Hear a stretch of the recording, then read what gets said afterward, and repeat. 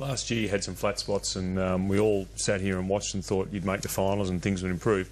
This year, what have you learnt from last year to make sure that doesn't happen this year, and what do you have to do to get to the finals again this year? Well, we've just got to try and re-engage with the spirit that's needed to play the game, and the results will look after themselves. It's actually getting the process of our footy and the way that we play our best footy and the confidence levels, and hopefully the wins will come after that. But it's the only way you can do it is go back to the drawing board and do some hard work. Actually genuinely pick players in the side that you think will give that sort of commitment and level to each player in the side, and see where we go from there. The footy director, Jason Dunstall, has foreshadowed a few changes this week. The axe will be out. How far will you go with it? You'd know now how many how many heads you're likely to lot before the trip to Perth? No, I wouldn't know now. We'll discuss it probably tomorrow and Wednesday. We've been mainly reviewing the game from today, and that'll continue a little bit tomorrow, and then we'll start looking at West Coast. And we've got as many as 12 to 15 players, Mike, that are out of form, to be fair, and some are going to be unlucky that they'll actually get the chop, because there could be 6 or 8 others that could. So which ones they are and how many is all just up in the air at the moment. But we're going to need to make some changes to actually get the spirit back into the group, we believe. Is Silrioli fit? Yeah. He's okay.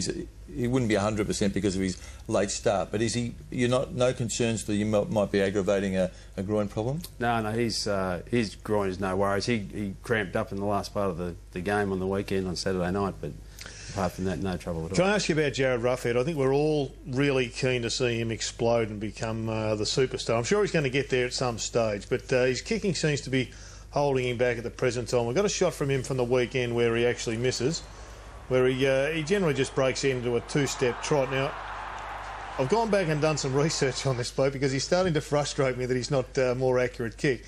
This is his shot from his second game in round 4 in 2005, and he just seems to be more fluent, more flowing through the foot. He has a genuine run-up. Now, I suspect he's been with a kicking coach, etc.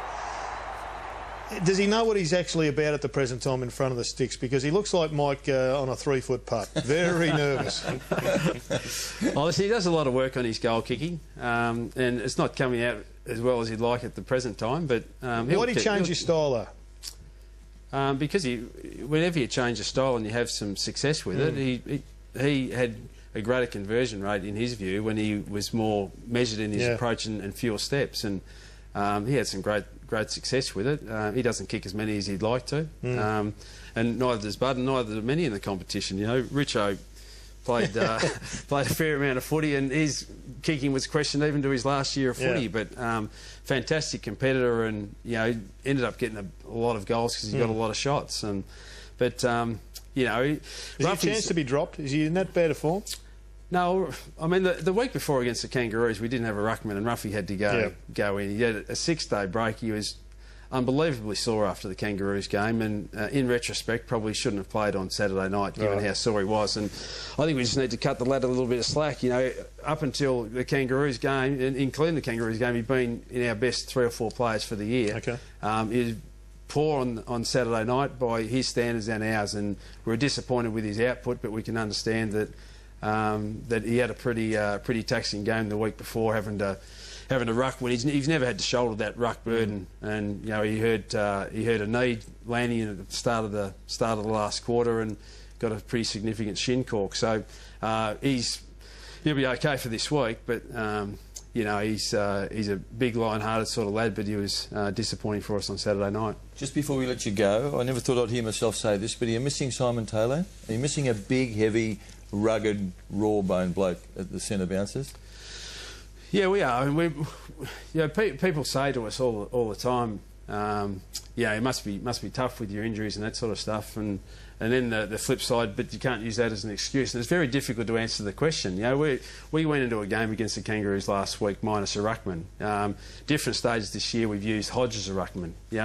And then we nearly cooked Hodgie in round 2 against the Cats, and so Rocket Eden, not many others would know, but we played Hodgie in the back half against the Bulldogs just because we'd cooked him the week before against Geelong. We've got some difficulties that we've got to cope with because we haven't got big fellas, and we got found out. Hill and Ryder, up until the weekend, had probably poor seasons by Essendon standards. They would have been disappointed with their output in their first 5 rounds. But gee, they found a bit of the footy and played well on Saturday night, and that's an area of the ground that we're finding it particularly tough, and we just need to work through that. Our clearance rate on the weekend, we got absolutely smashed, and it makes it pretty tough for the work lay of our midfielders to try and cope with that. But we'll get those guys back at some point in time, and hopefully our season's still alive when that happens. But until then, we've just got to scratch and crawl and work out the best way to try and go forward with a ruck division and a defence that's probably a little bit undermanned. You know, even Steve Gillam, you know, we really rate him as a player. 2008, there's been questions about has he gone backwards since then, but in 2008 he was playing a tremendous rebounding type of third tall down back for us with Crody in the key post and Hodge at centre-half back, but we've had to use Hodge elsewhere. Crody's obviously gone and now Gibbo's injured, and Gilly's got to take on much greater responsibility in terms of the bigger forwards. Now, he does it capably. He's done pretty well over the last couple of weeks to compete with those big fellas, but by and large, he's not as well suited to play that role as he is a Tom Harley type of role, which is the playing on the third tall. So you just got to cope with those as you go through and make do as best you can, but it just makes it a little bit more difficult for you. Clarko, you've always been available in good times and bad. Obviously, you're going through a pretty tough time at the present time, but I reckon Hawthorn members would have been thrilled to hear you talk and explain a few of those things. Thanks for your time on the couch, and good luck. Hope it wasn't a coffin on the drawing board. Good on you guys. Thanks for your time. Alistair Clarkson, coach of the Hawks. More couch to come straight after the break.